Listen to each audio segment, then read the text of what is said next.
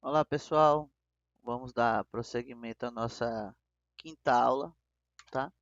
A gente vai falar sobre controle das situações de emergência médica. Praticamente é aquela parte em que a gente usa fármacos, né, para auxiliar o suporte básico de vida, tá? Então, né, nós cirurgiões dentistas, né, devemos estar preparados para o controle das situações de emergências médicas, tá? E em nosso ambiente odontológico, né, no nosso consultório. E algumas medidas, né, elas podem apresentar uma probabilidade razoável, né, de ocorrências ao longo de sua vida profissional, tá? Então, assim, as emergências médicas em odontologias são, como a gente já discutiu nas aulas anteriores, são ocorrências raras, mas quando nos deparamos com elas, né, nunca é uma situação confortável, tá? Pois não faz parte de nossa rotina. Porém, né, todos os profissionais de saúde devem estar preparados para controlar tais situações, né, e com isso, né, faz necessário revisar alguns princípios e situações em emergências médicas, né? E a gente sempre vai seguir, né, os princípios básicos, que é a prevenção, o preparo do paciente e o controle durante essas intercorrências, tá?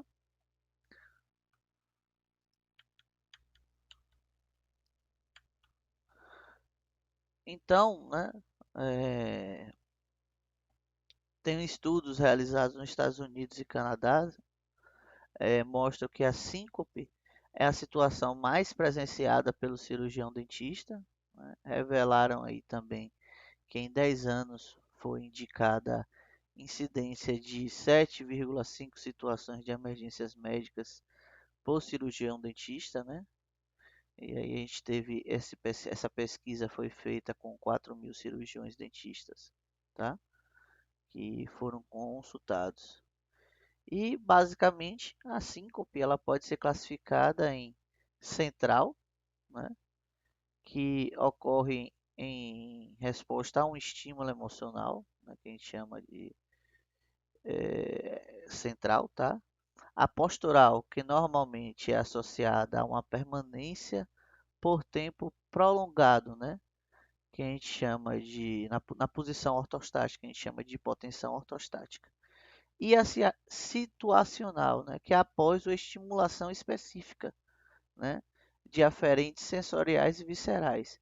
Essa situacional ela pode ser identificada logo após que a gente aplica, né, a anestesia, tá, nesse paciente. É, a gente tem a síncope mediada neurologicamente, que a gente chama de vasovagal, tá? Esta sempre relacionada a sintomas prodômicos, ou seja, são sintomas que vêm anteriores a, a uma doença ou anormalidade orgânica, por exemplo, um AVC, tá? E aí ela pode apresentar náuseas, tonturas, diminuição do campo visual, desconforto epigástrico, tá? E sintomas residuais após o episódio, como fraqueza e tonturas, tá? Então, o tratamento da síncope é basicamente, né, administração de suporte básico de vida e de oxigênio, tá?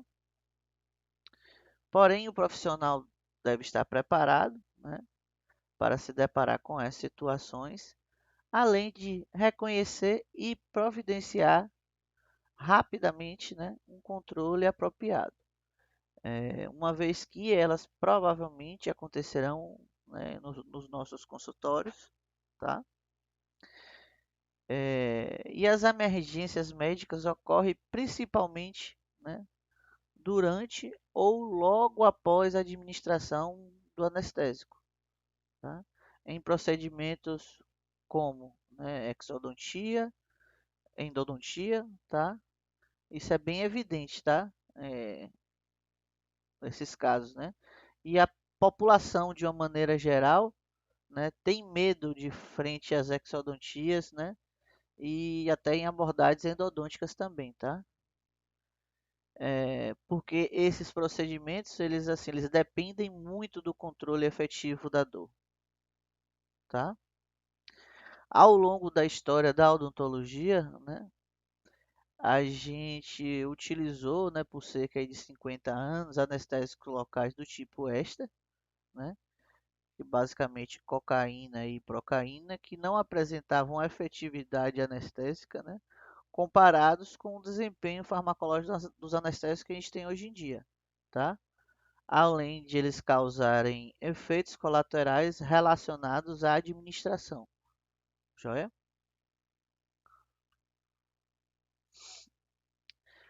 Então, além da síncope vasopressora, desculpa, outras situações de emergências médicas foram reportadas, incluindo reações alérgicas, tá?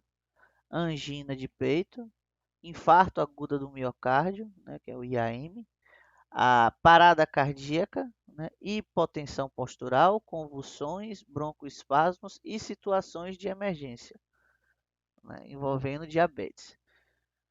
Então, pessoal, o mais importante em todas as situações de emergência médica no ambiente odontológico é a prevenção por meio do histórico médico desse paciente, tá? Com modificações apropriadas para o tratamento, né? Como a gente já mencionou nas aulas anteriores, certo? Por conseguinte, as manobras de suporte básico de vida, né, ficam sempre em primeiro plano, tá? Então é evidente, né, o treinamento do profissional e de toda a equipe odontológica em suporte básico de vida e a RCP, que é a ressuscitação cardiopulmonar.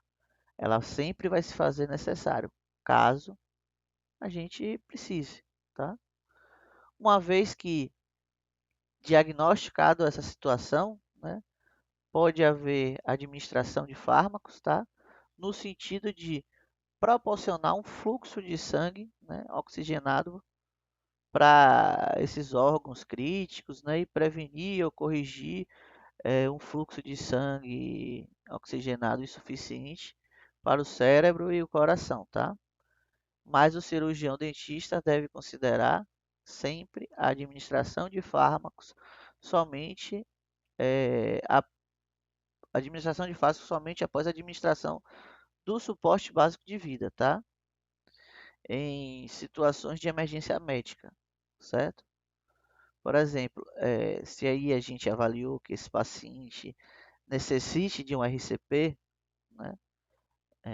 Claro que a gente não vai priorizar os fármacos, tá? A gente vai iniciar as manobras de RCP e posteriormente a gente pode administrar um fármaco ou não, tá?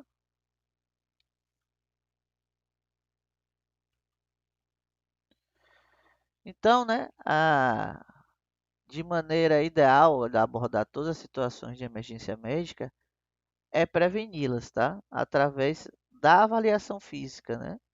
E essa avaliação física do paciente odontológico, ela vai englobar a história médica, né, que é o questionário médico, aquela anamnese que é sempre importante a gente fazer de forma mais detalhada possível, tá? O diálogo da história do paciente, né? Como é que surgiu, por exemplo, essa diabetes, como foi eh, esse episódio de infarto agudo do miocárdio, né? Se tem mais de 6 meses, se não tem, tá? E aí, a partir disso, a gente vai determinar o risco médico, né? Se é um paciente ASA1, ASA2, ASA3, ASA4, ASA5, tá?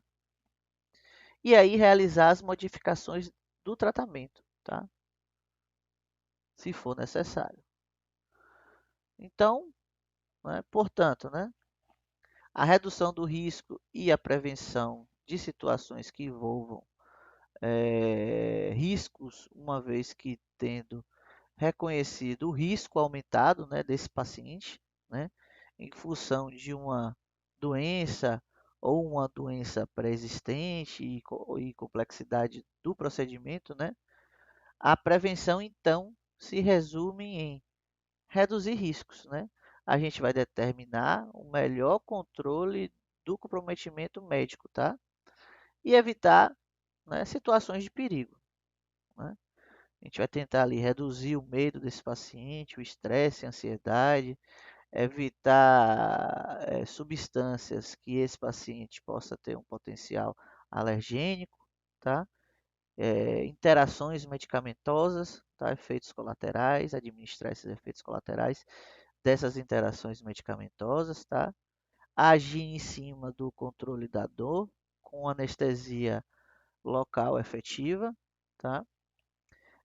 Que mais? A gente vai reduzir o tempo de procedimento, né, se for necessário, né, para esses pacientes, como a gente já discutiu nas aulas anteriores, né, e evitar aspirações de corpos estranhos, tá?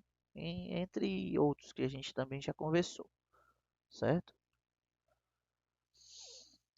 Preparo do paciente, né? Então a gente sempre vai sempre avaliar o histórico médico, né?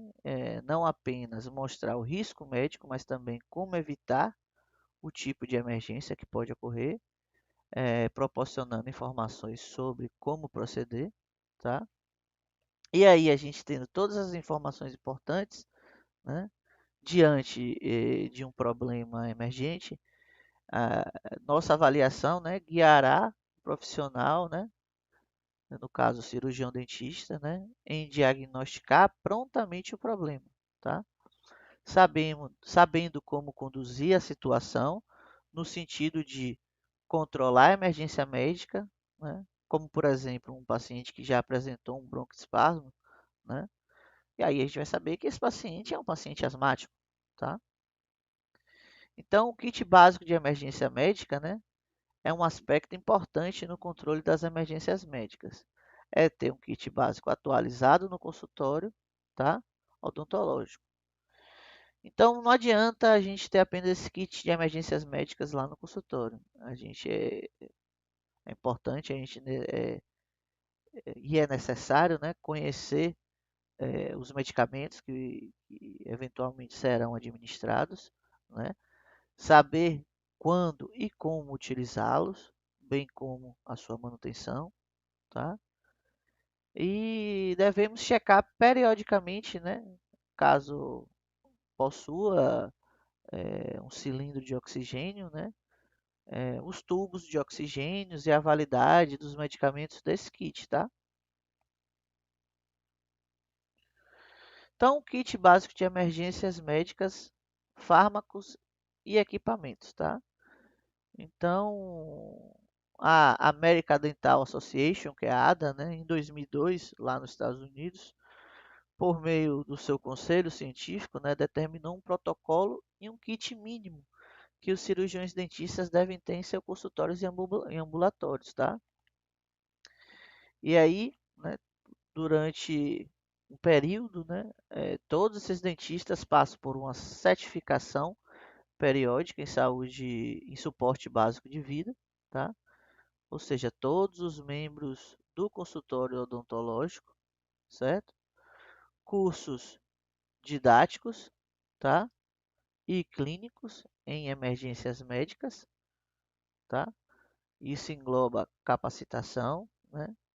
Simulações periódicas com treinamento em situações de emergências médicas no ambiente odontológico, envolvendo todos os membros da equipe consultório e ambulatório, tá?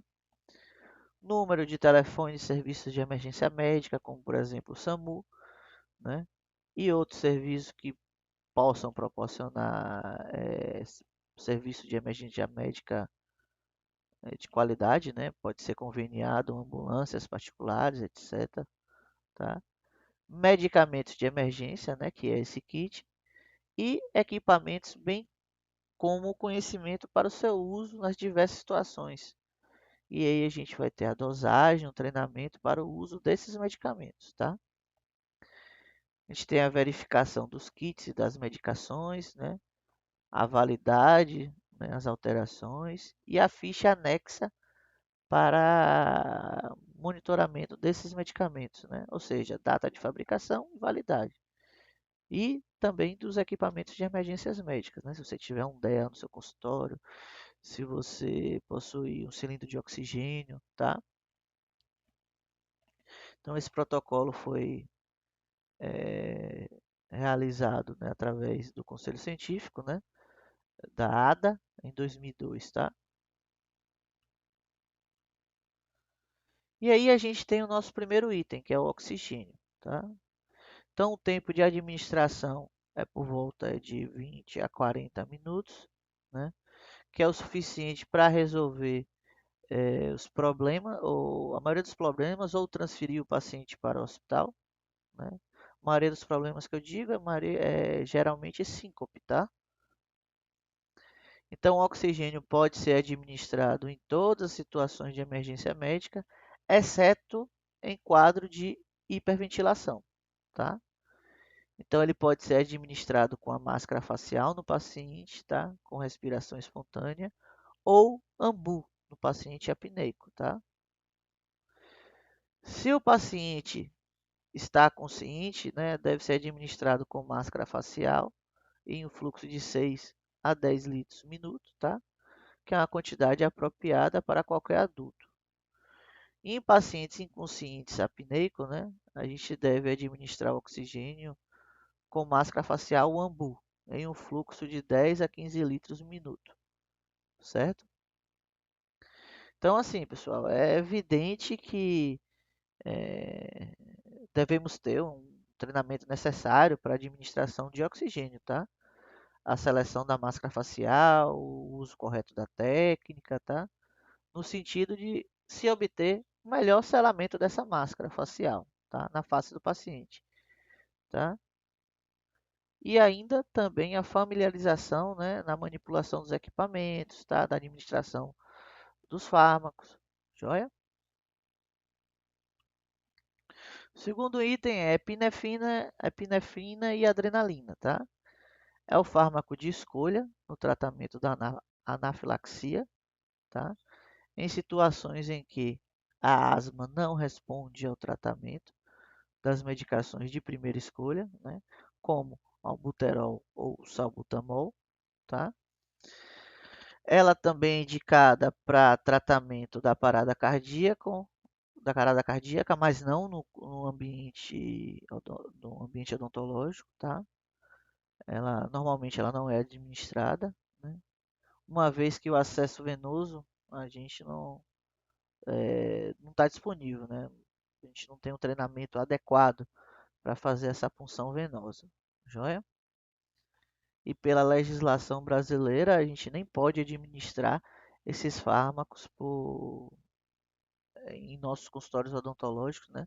Por via venosa, joia? E a administração intramuscular, tá? Não é efetiva para esse último, tá? No caso, a epinefrina, é,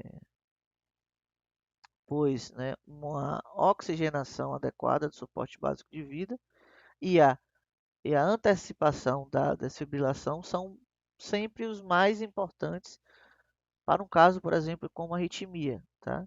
E com melhor prognóstico, né, para uma fibrilação ventricular e um ataque cardíaco ventricular sem pulso, certo? Então, a adrenalina, como medicação, tem uma ação rápida, aí apresenta uma curta duração. Em geral, ali por volta de 5 a 10 minutos, tá? Quando administrada por via intravenosa, certo? Então, basicamente, o preparo da adrenalina é um para 1000, né, equivalente a 1 miligrama ml, para injeção intramuscular, tá? Mais de uma ampola de adrenalina, né? 1 para 1000, 1 miligrama para 1000 ml, deve estar disponível no kit de emergências médicas. Uma vez, né, que no quadro de anafilaxia em geral, são administradas doses múltiplas, tá? Como veremos aí nos próximos slides. A segunda formulação é de 1 para 10.000, ou seja, 1 miligrama para 10.000, tá? Indicada para uso também intravenoso e intraósseo, que a gente faz lá no ACLS, porém é muito difícil de ser usada também em odontologia, tá? Temos também, tá, a forma que para mim eu acho que seria o mais prático, né? É, se a gente possuísse, né, esse tipo de kit, tivesse acesso, né? Que é a forma auto-injetável, né? Ela é de longe é mais adequada e mais prática de se aplicar, tá? É, temos então esse dispositivo auto-injetor, tá? Que é, ela evita altas doses, tá? É, uma dose excessiva, já que possui uma quantidade fixa de medicamento, tá? Para crianças e para adultos, né? Então a gente tem essas canetinhas no modelo criança e adulto, tá? Porém, infelizmente, né, não temos ainda no Brasil, né, os laboratórios interessados que eu não sei por quê, né, não fabriquem esse tipo de medicamento, tá? Porém, né, a gente consegue importar ela, né, através de algumas empresas aqui no Brasil. Então, se vocês conseguirem importar para poder fazer parte do seu kit médico, do seu kit de emergências médicas, é interessante ter, porque facilita muito. Então a gente evita fazer todo esse preparo, tá? Todo esse preparo para manipulação da epinefrina, joia? A gente tem esse modelo aqui que é o EpiPen, né? Que é um dos mais conhecidos lá nos Estados Unidos, beleza? A gente tem a adrenalina e a anafilaxia, né? A relação. Então, a anafilaxia é uma reação alérgica caracterizada pelo envolvimento de vários sistemas, incluindo, né, pele, vias aéreas, sistema vascular e trato gastrointestinal, tá? Então, casos mais severos podem resultar em uma obstrução total das vias aéreas e um colapso cardiovascular, tá? Em função de um, de um choque vasogênico, certo? Então, os sintomas iniciais da anafilaxia são frequentemente inespecíficos e incluem taquicardia, desmaio, rubor cutâneo, urticária difusa ou localizada. A gente pode ter um prurido, uma coceira e uma sensação de morte iminente, tá? A urticária é o achado físico mais importante, né? O paciente pode ficar agitado, ansioso e apresentar um rubor ou palidez, tá? É um sinal comum no início do comprometimento respiratório, é a rinite, tá? Quando o comprometimento respiratório torna-se mais grave, então ela ocorre um edema das vias superiores na laringe, que a gente pode chamar também de edema de glote, tá? Que causa um estridor durante a respiração, certo? Já nas vias aéreas inferiores, a gente pode acontecer, né? A asma, que é um broncoespasmos, ela pode causar uma sibilância, tá? E o colapso cardiovascular, né, é comum na anafilaxia grave. Se não forem corrigidos, né, a vasodilatação e o aumento da permeabilidade capilar podem rapidamente levar a uma parada cardíaca, tá? Então, a adrenalina, ela é uma medicação de escolha para o tratamento de anafilaxias, tá? De reações anafiláticas mais graves, tá? No adulto, a adrenalina, a gente tem disponível o autoinjetor, como a gente falou no slide anterior. Ela deve ser administrada numa dose de 0,3 miligramas em 0,3 miligramas, né, em pacientes pediátricos, e ela deve ser administrada na dose de 0,15 miligramas via intramuscular, tá, em adultos. Então, a administração intramuscular de adrenalina deve ser feita de preferência na zona anterolateral, né, do terço médio da coxa, que é uma área que fornece o melhor pico plasmático, tá? A gente consegue observar, ó, nessa canetinha que ela está se aplicando nessa região, joia?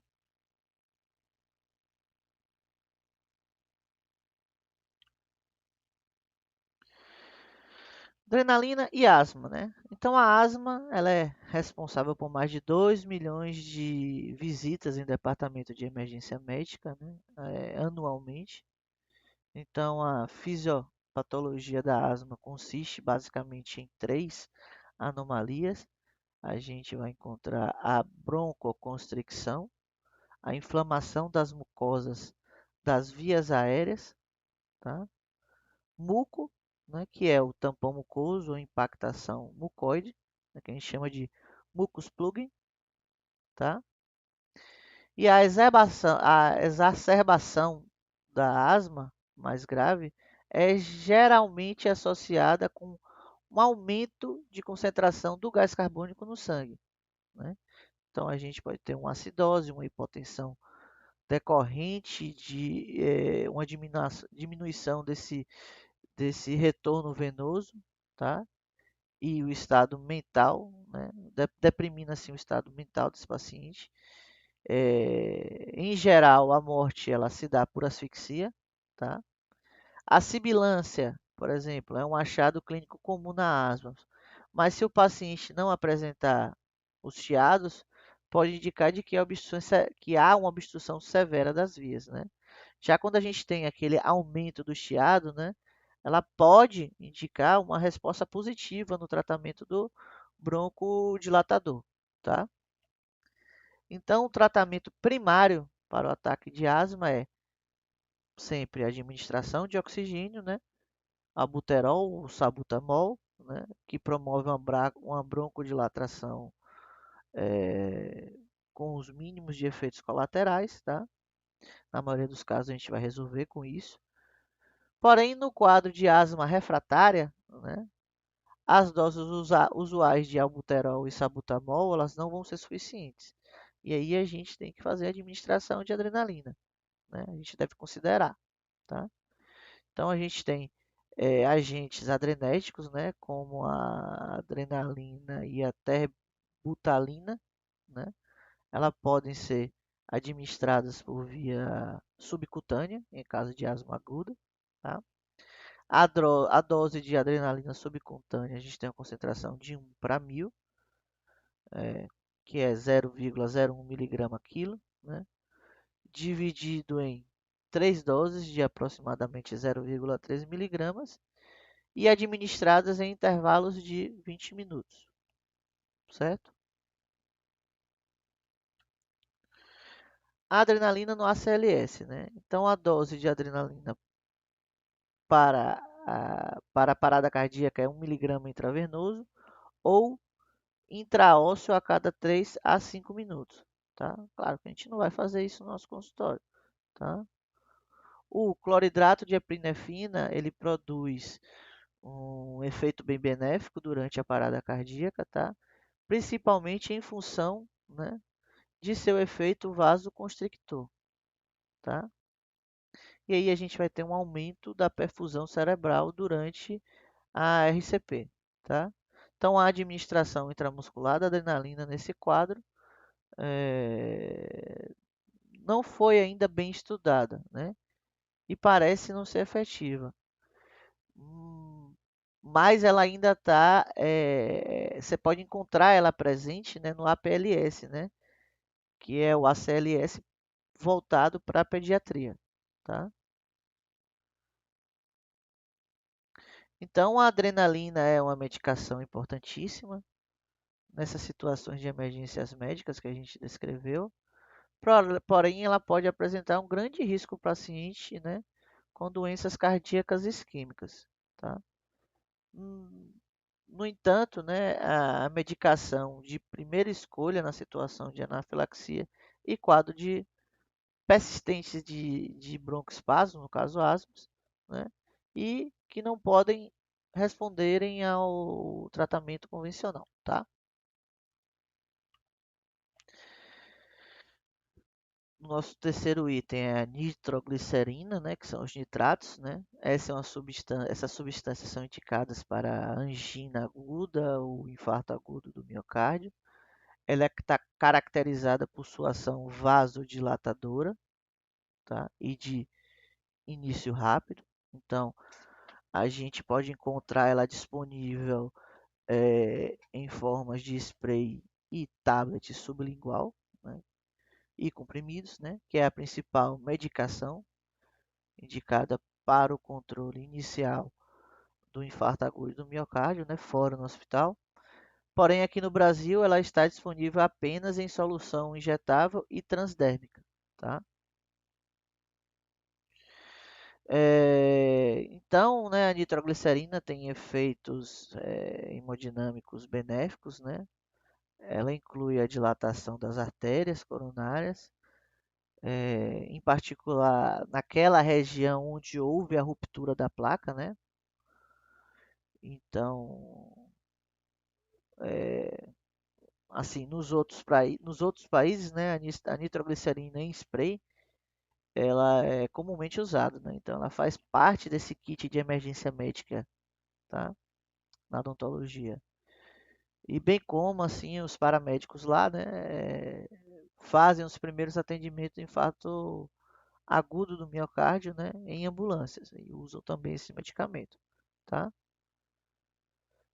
Já no Brasil, né, de acordo com as diretrizes da Sociedade Brasileira de Cardiologia, né, sobre o tratamento do IAM, né, os fármacos utilizados são, né, os dinitratos do isorbida, que é o isordil, e o monocordil, tá? Que é o mononitrato de isosorbida, tá? Esse aqui, ó.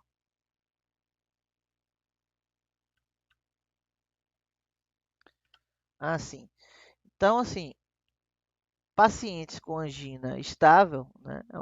Eles usam de nitrato de isosorbida, tá? Com sinais e sintomas de angina de peito, tá? Então, um comprimido de isordil de 5 miligramas, tá? Ela já promove um alívio das dores dessa angina, tá? Deve ocorrer em minutos, né? E se necessário, né, essa dose a gente pode ser repetida até 3 vezes, em um intervalo de 5 minutos, tá? Porém, caso o paciente não apresente melhora após essas 3 aplicações, a gente pode aplicar uma dose a cada 5 minutos, tá?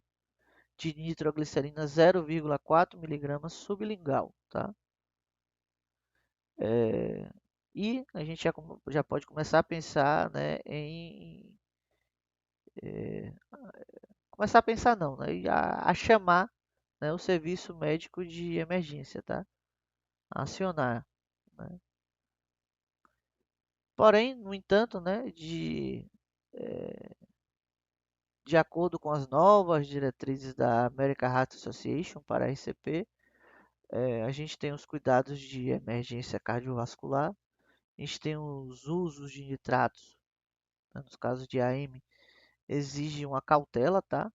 Uma vez que os nitratos em todas as administrações são contraindicados em pacientes com hipotensão, né? Isto é, a pressão arterial sistólica, né? Abaixo de 9 milímetros de mercúrio, tá? De 90 milímetros de mercúrio, tá?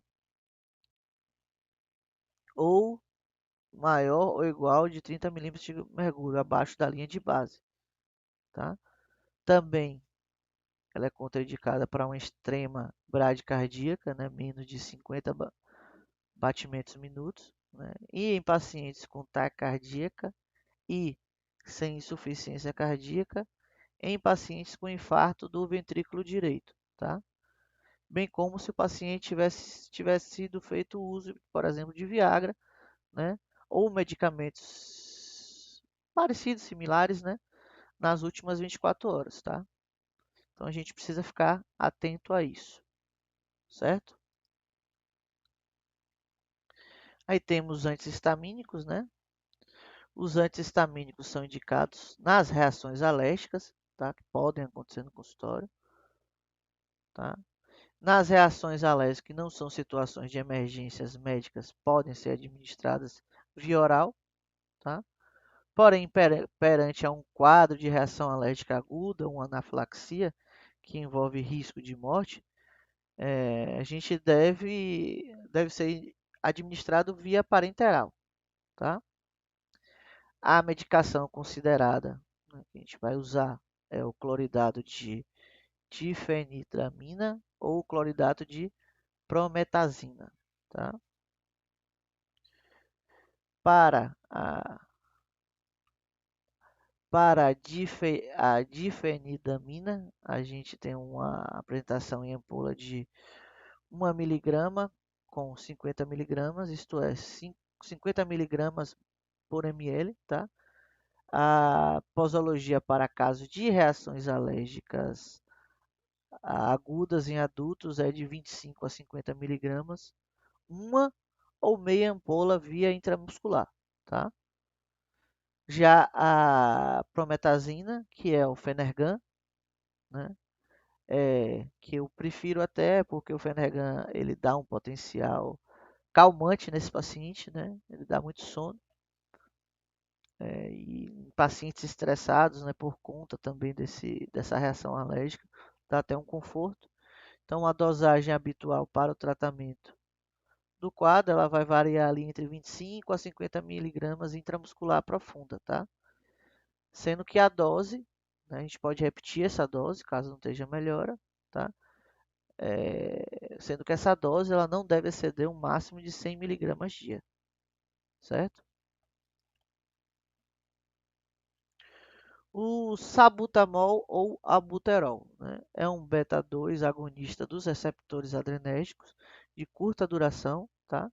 Utilizado para alívio do broncoespasmos em condições como asma e doença pulmonar crônica, certo?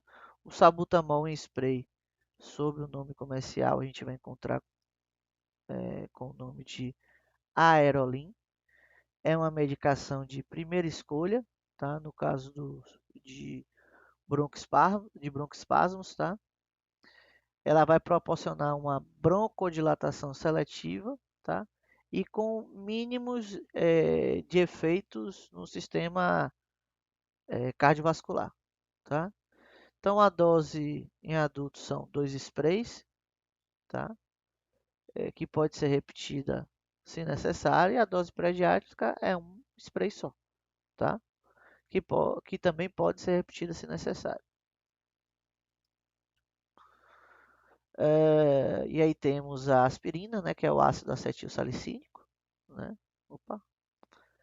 O AS é mais um fármaco, né, reconhecido recentemente com o potencial de salvar vidas,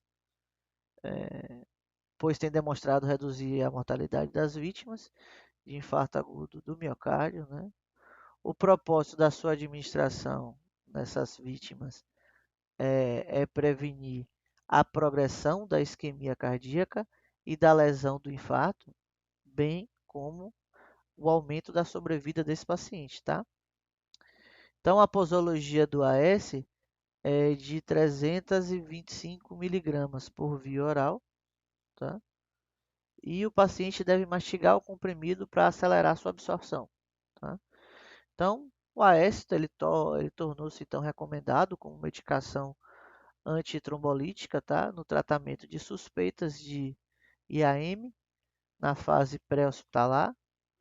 A gente tem a administração do AS, recomendável para todos os pacientes com suspeita do IAM, tá?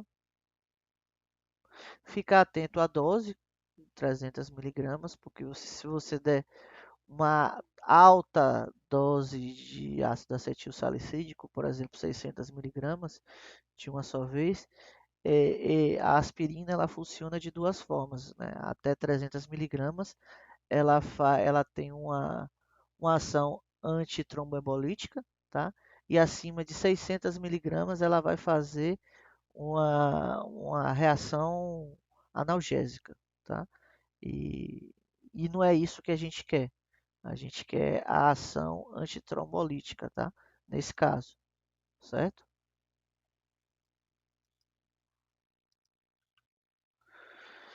Tem aqueles pacientes que sofrem de hipoglicemia, então a gente tem um tratamento de escolha para esse paciente, é óbvio, a gente já conversou, né? Que é bem comum essa hipoglicemia, principalmente aqui no Brasil, muitos pacientes não costumam se alimentar tão bem, às vezes vem de jejum para consultas, né? Nas nossas práticas na faculdade, né? E aí a gente pode ter um evento de hipoglicemia, né? Que é a queda da glicose sanguínea, tá? Então, basicamente, o tratamento de escolha para esse episódio é um suco de laranja doce, tá? A gente pode usar também os anti-hipoglicêmicos, que são úteis no controle de reações hipoglicêmicas, em pacientes com diabetes mellitus ou pacientes não diabéticos, tá? Com hipoglicemia. Então, a gente tem um baixo nível de açúcar no sangue, basicamente é isso, tá? Geralmente, quando esses pacientes eles consumem esse açúcar, então por volta de 2 a 5 minutos, eles já voltam a sentir melhor, né? Aquele efeito de náusea, tontura, sudorese começa a passar, certo?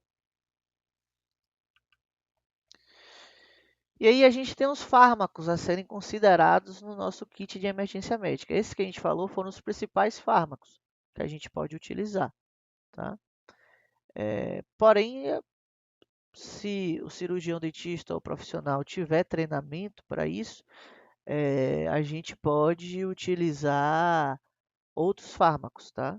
Que também são importantes, como por exemplo a amônia, né? Não necessariamente a gente precisa de um treinamento para isso, tá? Para esse medicamento em específico. A amônica aromática, né? É um agente de escolha para estimular a respiração, né? No Brasil, a gente não tem preparações especiais para esse fim. A amônia é vendida em frascos, né? E a gente pode preparar essa amônica com algum tipo de aromatizante, tá? Ela pode ser usada com um algodão ou gás umedecido, tá? E aí é ofertado a esse paciente para inalar, tá? Isso em situação de síncope, né? Que é o paciente ali inconsciente. Então a amônia ela tem um odor nocivo e é um irritante das mucosas do trato respiratório superior, tá? Sua ação estimula os centros respiratórios e os centros vasomotores da medula e essa ação aumenta a respiração e a pressão respiratória, tá? E aí vamos observar movimentos dos braços e pernas sempre ocorrem em resposta à inalação da amônia, né? No caso do paciente consciente. Junto com aquela manobra que a gente já falou nas aulas anteriores para aumentar o fluxo sanguíneo e a pressão arterial, né? Que é de elevar as pernas do paciente, né?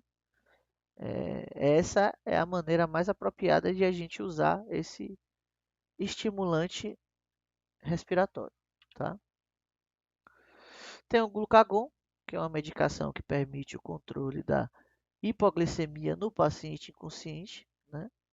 E sua administração pode ser realizada por via intramuscular, né? O ideal para o paciente inconsciente com hipoglicemia severa é administração de solução de dextrose a 50% via intravenosa. Isso aí a gente não faz no consultório, tá? Então, ela envolve uma venopunção, né? Uma venipuntura para o acesso venoso. E como a gente falou anteriormente, né? O cirurgião dentista não está familiarizado com esse tipo de procedimento, tá? A gente tem também os corticosteroides, né, que são indicados para a prevenção da recorrência da anafilaxia, né, como, por exemplo, a hidrocortisona, que também pode ser utilizada no controle de uma crise adrenal. E ela tem uma ação de início lento, por isso ela apresenta essa desvantagem em situações de emergências médicas, né? Mas o motivo que eu botei esse fármaco aqui é, é que ele é considerado essencial na fase aguda da emergência, tá? Então a gente usa a hidrocortisona, né? E ela pode ser administrada em uma dose de 100 miligramas, tá? Como parte desse controle dessas emergências, joia? Temos também os benzodiazepínicos injetáveis, né? A gente também pode usar os benzodiazepínicos orais, né? No controle de, não no, os orais não no controle de convulsões, tá? Mas para vocês evitar complicações. A gente já falou anteriormente nas aulas anteriores, como dazolam, prazolam, tá? A gente pode usar esses benzodiazepínicos, tá? Para evitar que haja uma complicação, né, por uma situação de estresse, né? E no controle das convulsões prolongadas, né, ou recorrentes, né, e também o quadro chamado de estado epiléptico, ele pode requerer uma administração de benzodiazepínico intravenoso, tá? Porém, essas situações são consideradas raras em ambiente odontológico e o fármaco de escolha é ali o midazolam, tá? Que é solúvel em água. Então, a dose intravenosa pode ser titulada, né? E a dose intramuscular inicial pode ser de 5 miligramas, certo? Então, pessoal, cabe ao profissional montar seu kit de acordo com suas necessidades e habilidades para o uso das medicações, tá? Então, requer estudos, treinamento, capacitação, tá? Porém, um kit básico de emergências médicas é muito importante no ambiente odontológico, tá? Uma vez que a ADA, né, que é a Associação Americana lá, né, como já de odontologia, como já citado, determinou por meio de seu conselho científico a necessidade de instituir, né, uma quantidade básica de medicações obrigatórias, tá? Que todos os profissionais devem possuir, bem como treinamento e suporte básico de vida, certo? E é isso, pessoal. Aí, nossa aula chegou ao fim.